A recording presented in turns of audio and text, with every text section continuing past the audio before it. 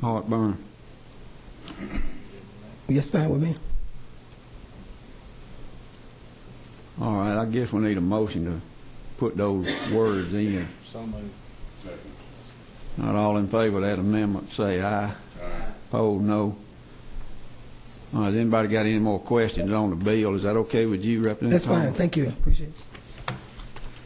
All right, I guess we need a motion on the bill. Make a motion to pass as recommended by committee sub. As a sub, We can do a committee sub. that'd be cleaner, if that's okay with you. Make a motion then that we adopt House Bill 278 as committee sub. Got a second? Second. All in favor, say aye. Aye. Opposed, no. Thank you all. Thank you, Committee. Thank you, Representative Thomas. I appreciate it.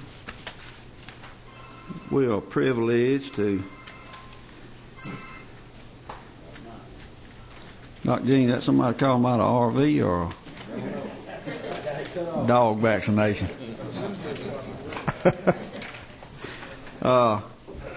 We honored to have the chairman of the Senate Ag Committee to come and bring us Senate Bill 364. Please, sir. Got an amen. I know this is a lot more pages than that previous bill, but this is a shorter bill.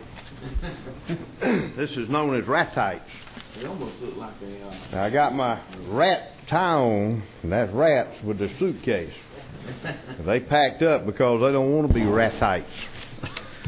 Now, my boots were made from a ratite. What this bill is, it's simple. Back in 1995, USDA classified ostrich and emus, which are known as ratites, and they put them in with livestock from the standpoint of meat inspections. And we actually have not had any ratites slaughtered in the state of Georgia in the last 5 years. But to make our code consistent with USDA has reclassified ratites. Instead of putting in with animals, they have put them in with poultry. And all this bill does is everywhere ratite was located in the code section dealing with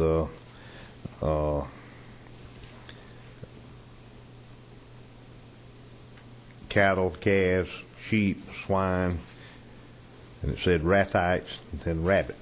Well, we've stricken the ratites out and we put it in where it said poultry, but not limited to chickens, hens, and ratites. And it just goes through the whole code section. All we do is strike the word in one place and put it in another one. And it's just to make us be consistent with the USDA. It's a department bill, and I'll be glad to try to answer any questions anybody has. Anybody have any questions from Mayor of Oak Lockney? Well, I got promoted.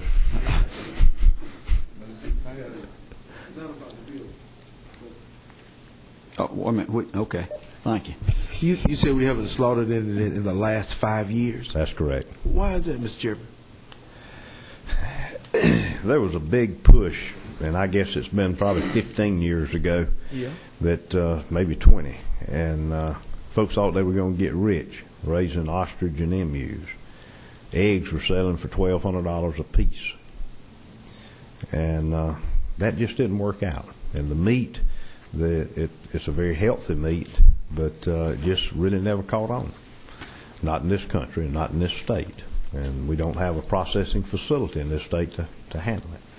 So we don't have, I don't think we have any commercial operations at all in the state.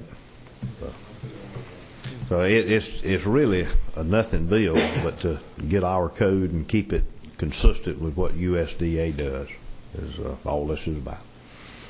And whoever, Mr. Chairman, you want to handle it, if y'all see fit to pass it out of this committee on the floor, I'd be glad to let anybody handle it. Sound like a good bill for the new guy.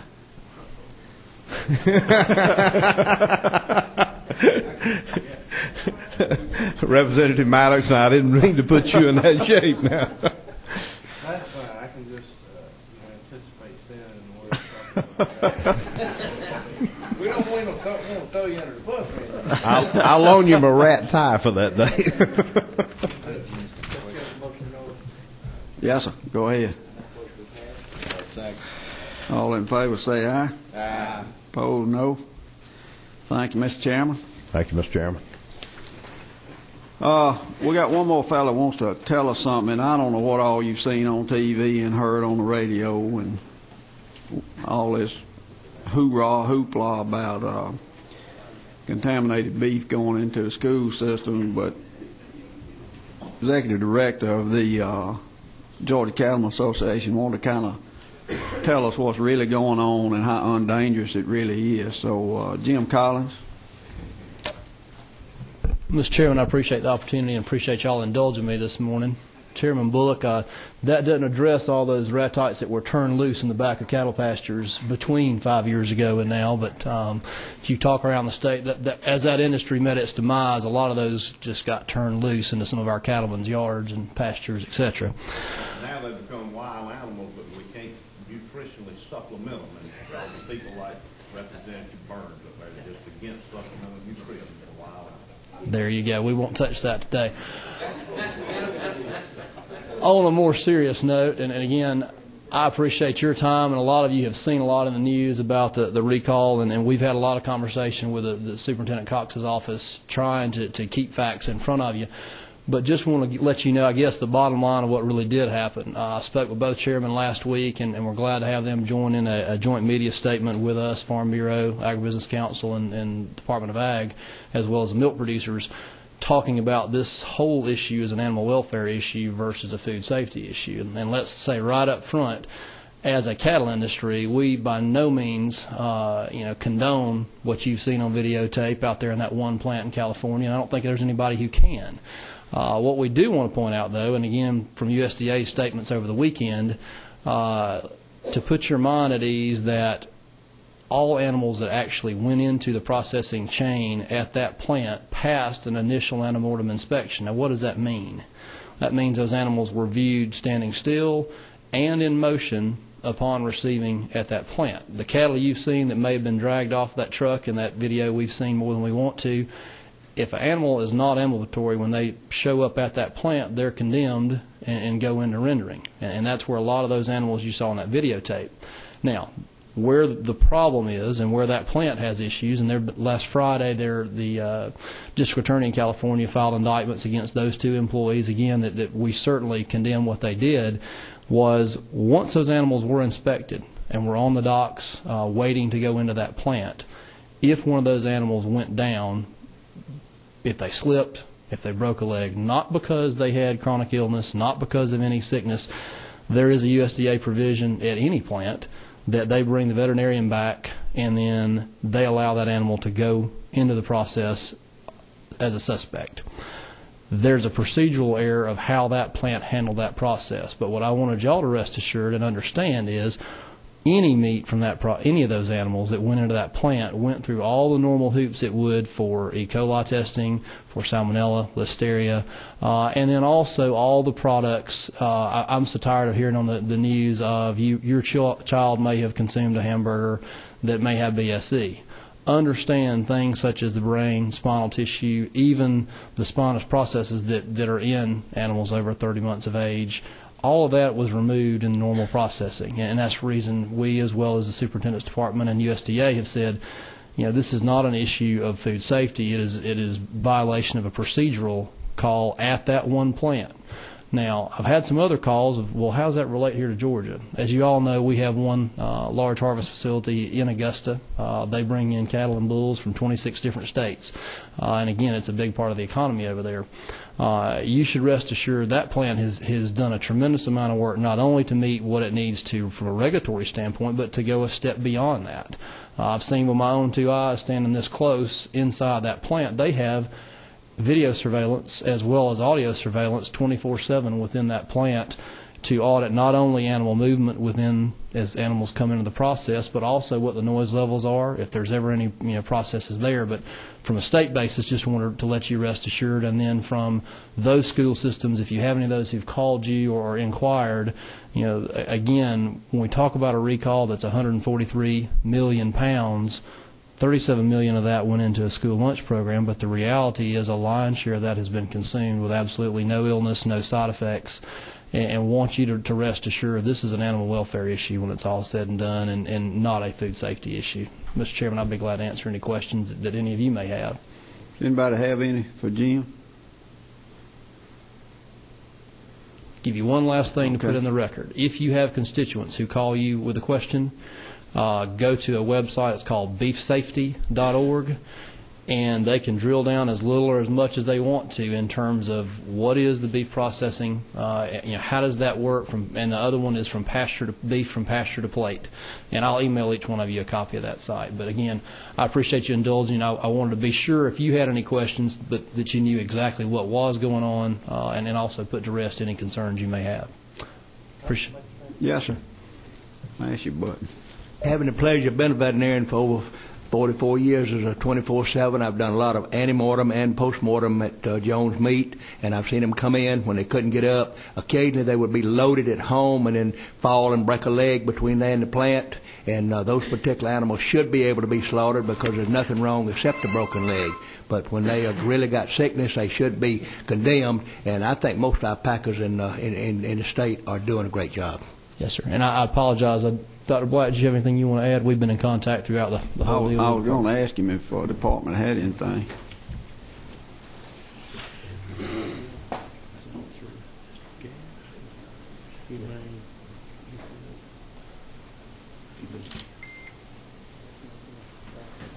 Thank you, Mr. Chairman. We have been involved in Georgia as well as all the other states with BSE surveillance. BSE is not a disease that would have suddenly come on a cow from the time she had received antemortem and go down and be showing signs of BSE in a matter of 4 or 5 hours. Over the last couple of years since we've been doing BSE surveillance in this country, we've tested 759,000 cattle, and we found 2 positive animals. There's only 2 we've ever found. So chances of BSE in the United States is real slim. Those 2 were animals that were born prior to the ban on feeding ruminant materials back to ruminant animals, and we take it real serious. Our feeds division is watching this very closely to be sure that we don't have ruminant material getting in cow feed. I got a call one day from who was in our attorney. He's passed away now, Earl Harris. He said, "Look at this tag and tell me what you think." And I looked at it and I said, and it was cow feed, and it said it had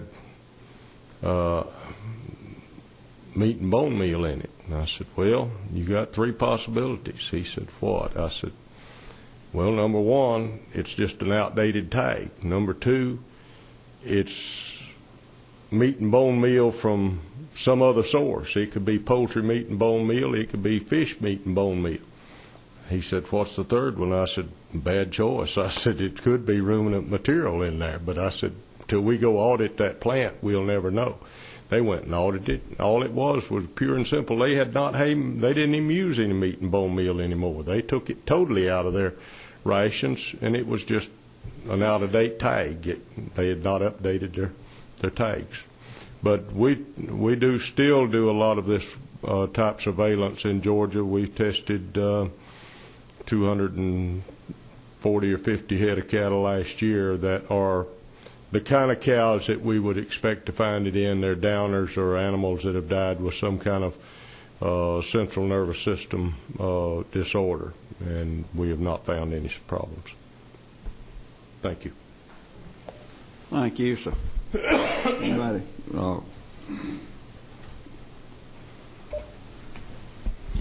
Go ahead, Lemon. Thank you, Mr. Chairman. And I have a question to ask. I don't know which one of these fine gentlemen will be able to answer, but cattle that are slaughtered, these cattle don't come directly off the farm, do they? They have to go either from a feedlot that has been approved or from a stockyard where buyers buy them and take them to however the case is, but they don't go directly from the farm to the slaughter. In some cases they do, and this particular plant is in an area that is a heavily populated dairy area right outside of Los Angeles, the plant in question. In that case, it's highly likely a lot of those cattle would go directly from the farm to the plant. In Augusta, probably 25% of what they have are cattle that come directly either from the farm or from, in a lot of cases, a broker who gathers farm-sourced cattle to the plant. And in a lot of those cases, they're doing that. Those cattle come in with age and source verification with it because there's a premium to go with it. These cattle in the California plant were all USDA statement Sunday was that they had aged most of those from 5 to 7 years, and that most of them being dairy cattle, they had papers and records to go with it. Well, I certainly don't want to add any hardship to a cattle grower because I grow them myself, and sometimes there's not that much profit there. But for the safety part, I think that we need to make sure that we have some checks and balances there where these kind of, to help to prevent some of these things. And a down cow being slaughtered, it shouldn't be a cow that came directly from a farm and somebody's trying to slip it through that. But if it was going through the proper procedures, I don't think that could happen. Well, and that's the procedure that is there is, if I show up in Augusta with a gooseneck load of cattle and there's one that's down on the trailer, you can tell pretty quickly whether it's one that as the doctor mentioned, slipped and broke a leg. That's one scenario versus one that is chronically, and that's what those veterinarians at that antemortem inspection, and they'll quickly say, take her back home, or we'll put her down and put her over here in the 4D pen. Very few of our stockyards, I don't know any of them, that will actually receive an animal who even might go down. It does occasionally happen, but that's kind of an evolution we've seen over, really since the feed ban in '97. But to your point, no producer, I don't know of one that can take one that is down, or would try at this point, and take it to a harvest facility because they know they've wasted the fuel and the time to get there. One more quick question. Mm-hmm. If I show up at this plant with a 40-month-old cow, what happens? With a what now? A 40-month-old cow. That's fine. I'm just there's a different delineation in terms of how they, at 30 months of age is the point at which there's an additional step done in removal of specified risk materials. That's where BSE comes from, because all the research has shown that that's kind of the break point at which the VSE starts to manifest itself, and that's the reason they take spinal column and brain tissue out of all cattle, but there's a few additional pieces that they handle differently once an animal is 30 months of age. But if you've got a cow that's still 15 months of age or 15 years old, you can still harvest her. I understand that, but that's my point. What kind of inspections, what kind of checks happen if I bring that 40 or 50-month-old cow there? Well, they're going to assume, unless you provide the documentation, they're going to assume she's over 30 months of age unless you provide documentation that she's not. So they go to automatically to worst case scenario from an inspection standpoint and work backwards. Does that make sense? Yes. And most brood cows are going to be over 30 months of age as they show up because they've had a calf, that type of thing. Any other questions? Got one here, Jim. Not a question, but another statement, Tom. Now, food animal practitioners in the state of Georgia, since we had the BSE scare, is now being asked to submit some brain tissue for checking for BSE if they have a down cow. So that's another. That was the numbers that Dr. Black was referring to, and again, trying to hit those highest risk animals and increase our samples. Mr. Chairman. The department keeps somebody at stockyards all the time when they unloading cows, doesn't it? I mean, to check for that kind of stuff. We have an inspector at all the stockyards. Right. Thank you, sir. All right, thank you, Jim. We appreciate it, and yes, sir. You may be getting some calls from us. A couple more things, and then we'll be through. One is, why are we on problems? And I don't want to get into a whole lot of detail because I can't. I don't know it. All I know is the department called me yesterday, and if y'all get any questions, you might have heard on the news in the last week about the truck stop problems down in southeast Georgia. It's on 95, isn't it, Bobby? That they found some bad problems down there the department has, and GBI, FBI, all are investigating it. So if y'all get any questions about that, since this committee handles everything from funeral homes to dead cows to gas pumps, Bobby will be glad to get you in the right direction. I think Mike Snow's handling most of that, but anyway, he's the one called me and was giving me the info. Bobby can handle it, but you know, if any of you, especially John, if you start getting questions down your way, there's some bad problems and they get them straightened out. Well, Bobby, you want to? Do you know enough? I don't know enough to talk about it, or I don't even know if you can talk about it with GBI and FBI checking. You know, I know just a little bit about it. Is that they caught the pumps were pumping short, and they investigating that to try to determine how long that's been happening, and that kind of stuff. Going back checking all the invoices and how much the pump showed the pump and everything. It's all under investigation, and it'll probably be just another few days before they get to the bottom of it. There's even questions about who owned it then and who owns it now and all kind of stuff. Own them within about 2 weeks of this happening, but they closed them both down and going to keep them there until we get through with the investigation. And in a nutshell, the way to figure it, if your truck pulls in there and puts 300 gallons of fuel in and you paying for 20 and getting 19, that's where the problems are coming in. Next week, we got a meeting on Tuesday morning. These rooms are hard to get, so it's Tuesday morning at 8:30.